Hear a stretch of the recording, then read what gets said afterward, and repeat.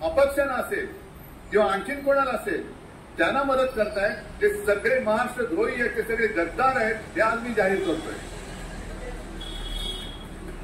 अगदी शेका पक्षाच्या जयंतरावांना सुद्धा सांगतोय की जयंतराव,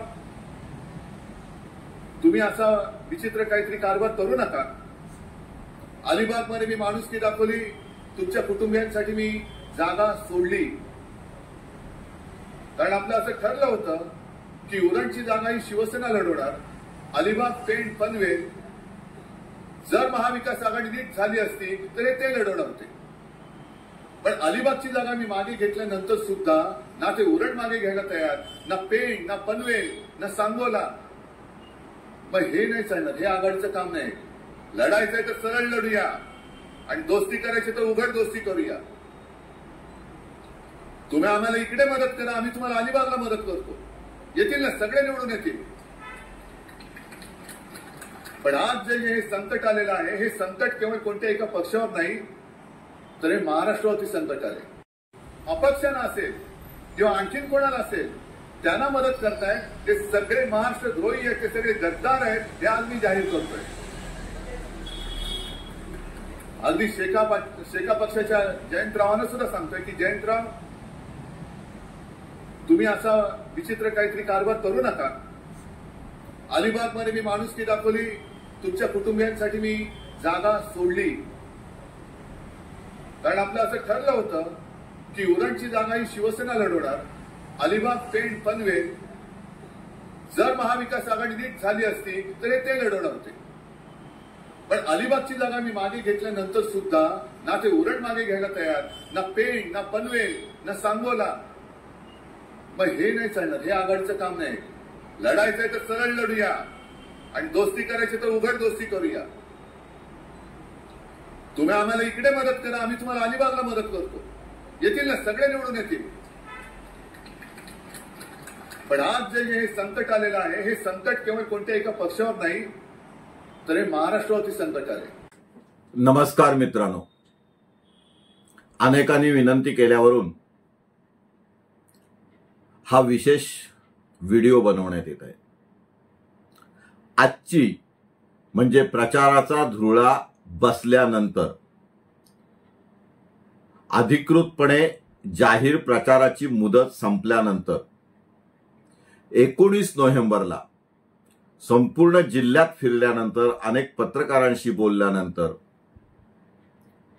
सामान्य जनतेशी बोलल्यानंतर, मतदारांशी बोलल्यानंतर मतदारांचा कौल काय निघत आहे आणि त्यानंतर प्राथमिक विश्लेषण करायचं असेल तर परवा होणाऱ्या विधानसभा निवडणुकीमध्ये रायगडचा मतदार नेमका कौल कोणाला देईल त्यावर हे भाष्य आहे। मित्रांनो, प्रत्येक निवडणुकीत शेवटचं भाषण हे महत्वाचं असतं। शिवसेना उद्धव बाळासाहेब ठाकरे गटाचे सर्वेसर्वा पक्षप्रमुख माननीय उद्धवजी ठाकरे यांनी कर्जत येथे भाषण केलं। ते भाषण आपण आधी पाहून घ्या। त्यामध्ये त्यांनी दिलेला गर्भित इशारा, त्यांनी केलेली सूचना, त्यांनी व्यक्त केलेली नाराजी याचा अर्थ शिवसैनिक काय घेणार हे देखील समजून घ्या। रायगड टाइम्स या वृत्तपत्रामध्ये त्यांच्या YouTube चॅनलवर हा व्हिडिओ प्रकाशित झालाय। झी 24 तासवरही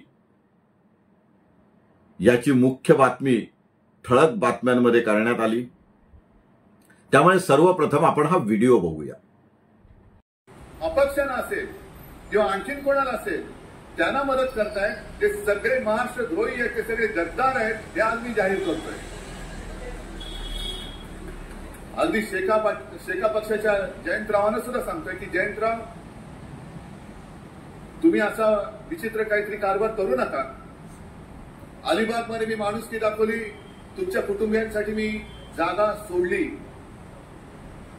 कारण आपलं असं ठरलं होतं की उरणची जागा ही शिवसेना लढवणार। अलिबाग, पेण, पनवेल जर महाविकास आघाडी नीट झाली असती तर ते लढवणार होते. पण अलिबागची जागा मी मागे घेतल्यानंतर सुद्धा ना ते उरण मागे घ्यायला तयार, ना पेण, ना पनवेल, ना सांगोला. मग हे नाही चालणार, हे आघाडीचं काम नाही. लढायचंय तर सरळ लढूया आणि दोस्ती करायची तर उघड दोस्ती करूया. तुम्ही आम्हाला इकडे मदत करा, आम्ही तुम्हाला अलिबागला मदत करतो. येतील ना, सगळे निवडून येतील. पण आज जे हे संकट आलेलं आहे, हे संकट केवळ कोणत्या एका पक्षावर नाही तर हे महाराष्ट्रावरती संकट आले. या व्हिडिओमध्ये निर्वाणीचा इशारा माननीय उद्धवजी ठाकरे यांनी दिलाय. इशारा सरळ आहे, इशारा शेका पक्षाला आहे, नाव घेऊन जयंतराव पाटला नाही. उरणची तुम्ही जागा मागे घेतली नाहीत, तिथे पाठिंबा दिला नाहीत, तर अलिबाग विधानसभा मतदारसंघामध्ये अपेक्षा करू नका असा हा गर्भित इशारा आहे. कारणही तसंच आहे. उद्धवजींनी ते स्वतःच्या भाषेत ठाकरे शैलीत सांगितलेलं आहे की ठरल्याप्रमाणे पेण, पनवेल आणि अलिबाग या विधानसभा क्षेत्रात शेका पक्षाने निवडणूक लढवायची. कारण त्यांचा इतिहास या तालुक्यांचा किंवा विधानसभा मतदारसंघाच्या इतिहासात शेका पक्षाचे नेते निवडून आलेले आहेत. उरणमध्ये मात्र मनोहर शेठ भोईर हे शिवसेनेचे आमदार होते. त्यांचा पराभव भाजपमुळे किंवा त्यांच्या अपक्ष उमेदवारामुळे गेल्या वेळेला झाला. यावेळेला सुद्धा बालदी मतदारसंघात निवडणूक लढतायत आणि अधिकृत भाजपचे उमेदवार म्हणून लढतायत. त्यामुळे ठरल्याप्रमाणे उरणमधला उमेदवार शेका पक्षाने मागे घेणं गरजेचं होतं, अपेक्षित होतं. तसं काही झालेलं नाही. उलट पेण, पनवेल, उरण आणि अलिबाग या चारही ठिकाणी शिवसेनेला विरोध करत उमेदवार लढवले जातात. अपवाद मात्र शब्द दिल्याप्रमाणे अलिबागच्या उमेदवारांनी उमेदवारी अर्ज मागे घेतलेला आहे. त्यामुळे अलिबाग मतदारसंघामध्ये शिवसेना उद्धव बाळासाहेब ठाकरे गटाचा पाठिंबा शेतकरी कामगार पक्षाच्या उमेदवाराला आहे असं आभास निर्माण होतोय, चित्र निर्माण केलं जातंय. काही कार्यकर्ते फिरतायत. मात्र जेव्हा पक्षप्रमुखच असं स्पष्ट इशारा देतात तो पक्षादेश म्हणून पाळला जातो. अजूनही काही तास निवडणुकीला आहेत, त्यात काहीही होऊ शकतं. निवडणुकीच्या मुद्द्यामध्ये शिवसेनेचे जे कार्यकर्ते आहेत, उद्धव बाळासाहेब ठाकरे गटाचे जे शिवसैनिक आहेत, ते विष्णू आचरेकर हा खून खटला विसरतील का? संपूर्ण मतदारसंघात अनेक शाखा प्रमुखांवर, प्रमुख कार्यकर्त्यांवर जे हल्ले झाले होते, घरादारांवर हल्ले झाले होते, ते विसरतील का? हा एक प्रचाराचा मुद्दा होत होता, झालेला आहे. त्यातच शेका पक्षाने उरणचा उमेदवार मागे न घेतल्यामुळे मनोहर शेठ भोईर यांना जर धोका निर्माण होतोय, मतं विभागली जातात महाविकास आघाडीची, तर महाविकास आघाडीचा धर्म अलिबागमध्ये सुद्धा पाळला जाणार नाही अशी आशंका, शंका या निवेदनामुळे होते. बरं, हे जाहीर वक्तव्य आहे. यापूर्वी खासगी प्रयत्न नक्कीच झाले असणार. त्यामुळे आता हा गर्भित इशारा, गर्भित आदेश, यामुळे शेतकरी कामगार पक्षाचा पाय आणखी खोलात गेलेला आहे. थोडक्यात रायगड जिल्ह्यात महाविकास आघाडीमध्ये सर्व काही आनंदी आहे, आलबेल आहे असं म्हणता येत नाही. अलिबाग विधानसभा मतदारसंघामध्ये महेंद्र दळवी हे महायुतीचे उमेदवार आहेत. त्यांनी केलेली विकासाची कामं हा मुद्दा ऐरणीवर आलेला आहे. गेल्या 2 वर्षामध्ये त्यांनी अलिबाग, मुरुड आणि रोहा तालुक्यात जो प्रचंड फंड आणलेला आहे, राज्य शासन आणि केंद्र शासन यांच्या मदतीने काही प्रकल्प येऊ घातलेले आहेत. रेवस करंजा पुलाचे भूमिपूजन झालेले आहे. आरसीएफचे विस्तारीकरण, गेलचे विस्तारीकरण, चणेरे येथील औद्योगिक प्रकल्प, रेवस येथील एमआयडीसी प्रकल्प, रेवस रेड्डी महामार्ग, समुद्र किनाऱ्यांचं संरक्षण, त्यासाठी होणारे बंधारे, पर्यटन विकासासाठी मिळणारी चालना, या सर्वात महत्वाचा मुद्दा असलेले अंतर्गत राज्यमार्गातील रस्ते, हे सर्व मुद्दे घेऊन महेंद्र दळवी फिरत आहेत. शेका पक्षाच्या चित्रलेखा ताई आहेत. त्यांची निशाणी नवीन आहे. शेका पक्षामध्ये 2 गट झालेले आहेत. पेझारी गटाचा पाठिंबा जाहीर झालेला नाही किंवा विरोध होतोय. एक गट पूर्णपणे प्रचारापासून मोकळा आहे. त्यामुळे केवळ आधुनिक तंत्रज्ञान, व्हिडिओ रील्स आणि उरलेली शेका पक्षाची ताकद, शेका पक्षाच्या ताब्यात असलेला कर्मचारी वर्ग, स्वयंशिस्त कार्यकर्ते आणि उत्तम बांधणी, केवळ या जोरावर महायुतीचा उमेदवार पराभूत होऊ शकतो का? किंवा महाविकास आघाडीमध्ये शिवसेनेची मतं, काँग्रेसची मतं खरंच शेका पक्षाला पडतील का, हे बघण्यासारखं आहे. मगाचा व्हिडिओ आपण जो पाहिला तो खूप बोलका आहे. शेवटच्या भाषणात ऐन वेळेला हा व्हिडिओ प्रसारित होणं आणि उद्धवजी बाळासाहेब ठाकरे यांचा जे आदेश पाळतात त्यांनी त्या व्हिडिओतली भाषा न समजणं हे शक्य नाही. त्यामुळे उद्याच्या रात्रीत काय चक्र फिरतायत त्यावर सुद्धा बरचसं काही अवलंबून आहे.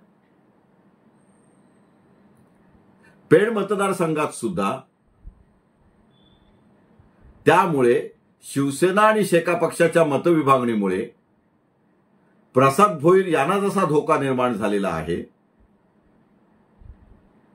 तसंच या दुफळीचा फायदा, मतविभाजनाचा फायदा रवी पाटील यांच्या विरुद्ध काही तक्रारी असून देखील, मतदार बोलत असूनही भाजपची मतं इंटॅक्ट एकसंघ राहणार असल्यामुळे, धैर्यशील पाटलांची मते त्यांना येऊन मिळाली असल्यामुळे रवी शेठ पाटील यांचं पारडं आपोआप जड झालेलं आहे. पुढे श्रीवर्धन मतदारसंघामध्ये पुन्हा मतविभाजनी झाल्यामुळे आणि विकासाच्या मुद्द्यावर तटकरेंनी तो गड अनेक वेळा राखून ठेवल्यामुळे जरी तिथे मोठ्या मोठ्या नेत्यांची भाषणं झाली असतील तरी सुद्धा त्या आव्हानाचा मोठा फायदा महाविकास आघाडीला होईल, नवगणेंना होईल असं वाटत नाही. त्यामुळे आदितीताई तटकरे यांचं देखील पारडं जड आहे. भरत गोगावले यांना मात्र प्रयत्नाची शिकस्त करावी लागणार आहे. मुंबईकर, सुरतकर किती मोठ्या प्रमाणात महाड मतदारसंघात येतात, वाटप व्यवस्थापन किती व्यवस्थित आहे, ते साहित्य योग्य पद्धतीने घराघरापर्यंत पोचतंय का, आणि निवडणुकीची बदललेली रणनीती भरत गोगावलेंचं भविष्य ठरवू शकतात. त्यांच्याकडेही विकासाचे मुद्दे आहेत. त्यांनी खूप मोठ्या प्रमाणात फंड गेल्या 2 वर्षात त्यांना मंत्रीपद न मिळाल्यामुळे सहानुभूतीचा विचार करून त्यांच्या पारड्यात पडलेला फंड हा सगळा मतदारसंघात खर्च केलेला आहे. यावेळेला निवडून आले तर ते मंत्री होतील अशी आशा त्यांच्या भोळ्या भाबड्या मतदारांना आहे. महाडमध्ये पक्षाला मानणारी मतं आहेत आणि शिवसेना हा पक्ष भरत गोगावले यांनी वाढवलेला आहे. प्रभाकर मोरेंनंतर तो बांधलेला आहे. आज प्रभाकर मोरे हयात नाहीत, आज जगताप हयात नाहीत. त्यामुळे या दोन दिवंगत नेत्यांचे राजकीय वारसदार एकमेकांना भिडले. यामध्ये आरपीआयची भूमिका महत्वाची आहे, कुणबी समाजाची भूमिका महत्वाची आहे, मुस्लिम समाजाची भूमिका महत्वाची आहे. पण लोकसभा निवडणुकीमध्ये ज्या पद्धतीने अल्पसंख्याक एकजुटीने होते, ती एकजूट यावेळेला दिसत नाही. मोहल्ल्यामध्ये सुद्धा धनुष्यबाणाची चिन्ह जोरदार फिरत आहेत, भगवे झेंडे लावलेले आहेत. आणि शिवसेनेच्या या दोन्ही मतदारसंघामध्ये, विशेषतः अलिबाग आणि महाड या दोन्ही मतदारसंघामध्ये ज्या सभा जिल्हा परिषदेप्रमाणे झालेल्या आहेत, त्या सभांना मुस्लिमांची उपस्थिती लक्षणीय आहे. त्यांनी जाहीर प्रवेश केलेला आहे. त्यामुळे अल्पसंख्याकांना कोणीही गृहीत धरू शकत नाही. त्यामुळे भरत गोगावले सुद्धा हा गड राखतील असं वाटतंय. काटोकी टक्कर आहे, स्पर्धा नक्की आहे, परंतु पारडं मात्र भरत गोगावले यांच्या बाजूने झुकताना दिसते. त्यानंतर येतो पेण मतदारसंघानंतर येतो पनवेल मतदारसंघ. पेणला रवी पाटील यांचं पारडं जड आहे असं सर्वच म्हणतात. त्याला मुख्य कारण मतविभागणी हेच दिलं जाते. शेका पक्ष शिवसेना तिथे एकमेकांविरुद्ध लढते, एकमेकांविरुद्ध आरोप करतात. अनंत गीते यांना मानणारा वर्ग आहे, यांना मानणारा समाज आहे. अनंत गीते हे ज्येष्ठ नेते आहेत, शिवसेना नेते आहेत. त्यांनी पालीमध्ये सभा घेतली होती आणि त्या सभेमध्ये सुद्धा शेका पक्षाविरुद्ध जाहीर नाराजी व्यक्त केली होती. त्यामुळे शिवसेनेची अधिकृत आतली भूमिका काय आहे हे ज्यांना समजायचं त्यांनी समजून घेतलेलं आहे. आणि त्यामुळे काही अपक्षांच्या अपेक्षा वाढलेल्या आहेत. पण त्याचा सरळ सरळ तोटा हा रायगडमध्ये जे युतीमध्ये खोडा घातला गेला, उरणमध्ये उमेदवार मागे घेतला गेला नाही, त्याचा प्रत्यक्ष तोटा अलिबाग मतदारसंघात होऊ शकतो, हे अनेक पत्रकार बोलत आहेत. मुळात अलिबाग विधानसभा मतदारसंघामध्ये गीते साहेबांना किती मतं पडली, त्यामध्ये त्या 77,000 मतांमध्ये शिवसेनेची मतं किती होती आणि शेका पक्षाची मतं किती होती, हे सर्व गुलदस्त्यात आहे. दोघांचेही दावे मोठे आहेत. पण पनवेल मतदारसंघाचं तसं नाही. एकतर ती महानगरपालिका आहे, खूप मोठा मतदार त्यांच्या तिथे आहे, भाजपचा आमदार तिथे आहे, पैशाचा महापूर तिथे आहे. बाळाराम पाटील हे सभ्य सुशिक्षित उमेदवार आहेत, आमदारकीचा अनुभव असलेले आहेत, चांगले संसदपटू आहेत. पण या स्पर्धेच्या युगात आर्थिक गणितामध्ये बाळाराम पाटील कुठेतरी मागे पडलेले दिसत आहेत. कांती कडू सारखा अपक्ष उमेदवार सुद्धा तिथे लक्षणीय लढत देतोय आणि शिवसेनेच्या उमेदवार तर आहेतच. कर्जत येथे जाहीरपणे त्यांचा प्रचार व्यासपीठावर उद्धवजी साहेब ठाकरे यांनी केलाय. त्यामुळे जे बोललं जायचं की इथे शिवसेना पक्षाने आपला उमेदवार दुर्लक्षित केलेला आहे, आव्हान प्रतिआव्हानाच्या लढाईत फक्त शिवसेनेचा उमेदवार स्पर्धेत राहून आहे, प्रत्यक्ष ही लढत शिवसेनेसोबत नसून शेका पक्ष आणि भाजप याच्यामध्ये आहे, तसं पनवेलमध्ये आजचं वातावरण नाही. तुल्यबळ लढत आहे, चौरंगी लढत आहे.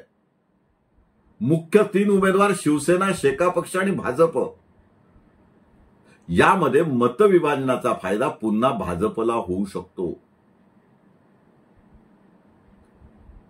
रामशेठ ठाकूर यांच्यापासून निवडणूक तंत्रज्ञान, निवडणूक मॅनेजमेंट हे सगळं बदललेलं आहे.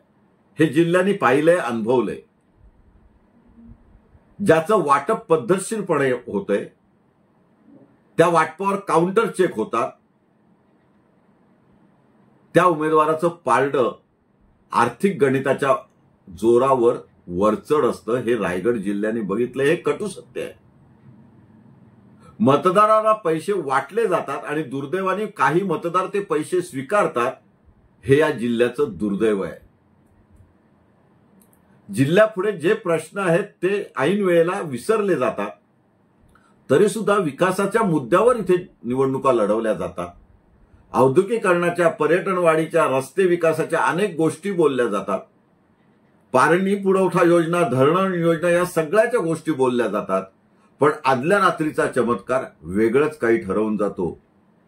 हे तुम्ही जर अपक्षांशी बोललात, जे स्पर्धेत नाहीत त्या उमेदवारांशी बोललात तर जास्त लक्षात येईल. त्यामुळे पनवेलचं पारडं सुद्धा भाजपच्या लाभात जात आहे. कर्जतमध्ये मतविभागणी होणार आहे.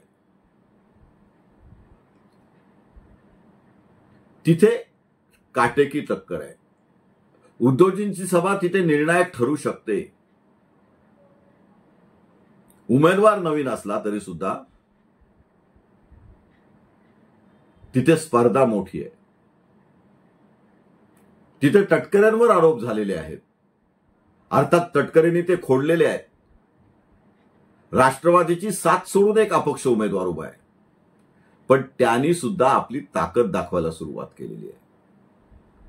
त्यामुळे कर्जतमध्ये नक्की काय होईल हे जसं गोगावल्यांच्या बाबतीत बोललं जातं तसं कर्जतमध्ये सुद्धा बोललं जाते. शेवटी उरतो उरण मतदारसंघ. ज्या मतदारसंघात शेका पक्षांनी जर उमेदवार मागे घेतला असता तर मतविभागणी संपूर्ण जिल्ह्यातली टळली असती. जिल्ह्यामध्ये 3 शेका पक्षाचे आमदार लढत देऊ शकले असते. त्यांना उघडपणे उद्धव बाळासाहेब ठाकरे यांच्या शिवसेनेचा पाठिंबा मिळाला असता. ती परिस्थिती आज नाही. मगाच्या व्हिडिओमुळे येत्या 24 तासामध्ये ही परिस्थिती झपाट्याने बदलणार आहे. शिवसैनिक नाराज झालेला आहे. आपला आमदार झालेला माणूस मनोहर शेठ भोईर निवडून येण्याच्या जवळ असताना त्याला कोण अपशकुन करतोय, त्याला आपण धडा शिकवला पाहिजे. तो राग आपण अलिबाग विधानसभा मतदारसंघात काढला पाहिजे. असाच आपल्याला पक्षादेश आहे, असा तो त्या भाषणाचा अर्थ निघतोय. हे भाषण प्रचंड व्हायरल होतंय. मनोहर भोईर यांचा सरळ सामना भाजपशी आहे. भाजपसोबत राष्ट्रवादी काँग्रेस आहे, अजित पवार गट आहे. भाजपसोबत काही जुने काँग्रेस नेते सुद्धा आहेत. बालदी यांचा मारवाडी समाज आहे, तो नगण्य आहे. पण त्यांची मॅनेजमेंट, व्यवस्थापन अतिशय उत्तम आहे. एका विधानसभेच्या निवडणुकीचा अनुभव त्यांना आहे आणि मोठी कामं त्यांनी दाखवलेली आहेत. उरण मतदारसंघ हा विकासाच्या वाटेवर असलेला महत्वाचा मतदारसंघ आहे. अनेक मोठे प्रोजेक्ट, बंदर विकास योजना तिथे येत आहेत. त्यामुळे इथे पैशाचा महापूर नेहमीच होत असतो. त्यात प्रीतम म्हात्रे यांनी ही निवडणूक मनावर घेतलेली आहे. यामुळे प्रीतम म्हात्रे की मनोहर भोईर यामध्ये 2 नंबरला कोण राहील ही स्पर्धा आता उरलेली आहे. कारण पुन्हा अपशकुन करायच्या नादात, इगोच्या नादात शेका पक्षांनी उरणचा उमेदवार मागे न घेतल्यामुळे शिवसेना पेटून उठलेली आहे. त्यामुळे उरण मतदारसंघात सुद्धा आज तरी निवडणूक प्रचार संपल्यानंतर महेश बालदी यांचं पारडं जड होतंय. शिवसेनेने अगदीच जोर लावला आणि काँग्रेसची मतं, उरण मधली पारंपरिक मतं ही जर शिवसेनेला मनोहर भोईर यांना मिळाली तरच मनोहर भोईर चमत्कार करू शकतात. अलिबाग मध्ये मात्र ती परिस्थिती नाही. अलिबागमध्ये शिटी हे चिन्ह कितपत पोचलंय शेका पक्षाचे कार्यकर्ते प्रत्यक्ष आदिवासी वाडीवर मोहल्ल्यामध्ये कितपत पोचलेले आहेत, घुसलेले आहेत. स्थानिक प्रश्नावर त्यांनी गेले 40 वर्षात काय काय भूमिका बदलल्या, स्थानिक राजकारणात त्यांनी काय काय भूमिका बदलल्या, या सगळ्याचा विचार अलिबागची सुज्ञ जनता करणार आहे. आज तरी महेंद्र दळवी हे कागदोपत्री जसे 38,000 मतांनी पुढे आहेत, तसेच उद्धवजी साहेब ठाकरे यांचं जे आजचं विधान आहे, त्यांचा जो अस्पष्ट आदेश आहे, गर्भित इशारा आहे, त्यामुळे शिवसेनेची मतं शेका पक्षाला पडण्याची शक्यता कमी झालेली आहे. इथे एक अपक्ष उमेदवार आहे, कोळी समाजाचा आहे, आदिवासी समाजावर त्यांचं वर्चस्व आहे. त्यांनी प्रचारात चांगली रणधुमाळी उडवलेली आहे, चांगली भरारी घेतलेली आहे. भाजपचे ग्रामीण कार्यकर्ते त्यांच्यासोबत दिसत आहेत. त्यामुळे भाजपची मतविभागणी होईल असं बोललं जातं. परंतु वस्तुस्थिती अशी आहे की छोटम शेठ उर्फ दिलीप भोईर हे मूळ शेतकरी कामगार पक्षातून आलेले आहेत. त्यांचा कार्यकर्ता वर्ग त्यांच्या ग्रामपंचायती या शेतकरी कामगार पक्षाच्या ग्रामपंचायती होत्या. ग्रामपंचायत, पंचायत समिती आणि जिल्हा परिषद लेवलला काम करणारा कार्यकर्ता संपूर्ण विधानसभेत पोहोचलेला आहे. तोही मतं घेणार आहे, पण ती मतं दोन्ही पक्षांची घेऊ शकतो. म्हणजे महेंद्र दळवी यांची सुद्धा काही मतं त्यांना मिळू शकतात, जी भाजपला मानणारी आहेत.